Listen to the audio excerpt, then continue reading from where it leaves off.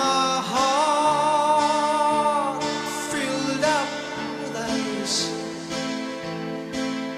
to avoid its breaking twice. Thanks to you,